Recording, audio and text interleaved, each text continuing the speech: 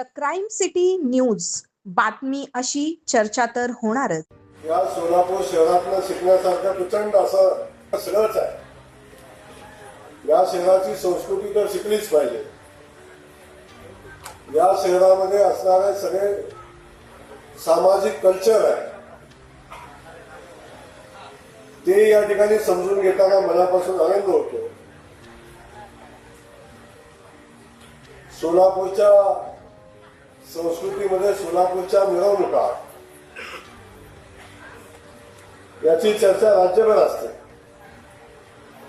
मला वाटत नाही की या राज्यामध्ये सोलापूर सारख्या ज्या उपक्रमाने ज्या मिरवणुका होतात, जयंतीच्या रूपाने होत असतील, आपापल्या सामाजिक महापुरुषांच्या जयंतीच्या निमित्तानं होत असतील, तर त्या मिरवणुका या राज्यामध्ये कुठेही होताना दिसत नाही।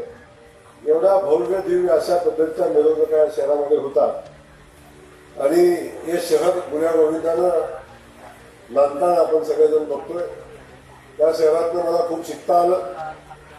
आज या ठिकाणी हा पुरस्कार सोहळा होत असताना सोलापूर शहराची ओळख आहे कामगारांचं शहर, स्पिनिंग मिलचा मोठा व्यवसाय असणारं हे शहर, बिडी कामगारांचं शहर, वस्त्रोद्योगामध्ये काम करणारं खूप मोठं जाळं या शहरामध्ये असणारं हे शहर।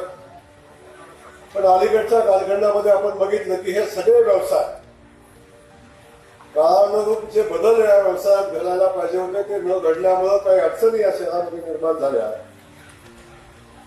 आणि या शहरातला कामगार, या शहरातला उद्योजक आपण सगळ्यांनी पाहिलं की कामगाराच्या हाताचं काम जाताना शहराची लोकसंख्या वाढताना आपण बघतो, पण शहराची लोकसंख्या कमी होताना सोलापूर सारखं शहर आपण बघितलं।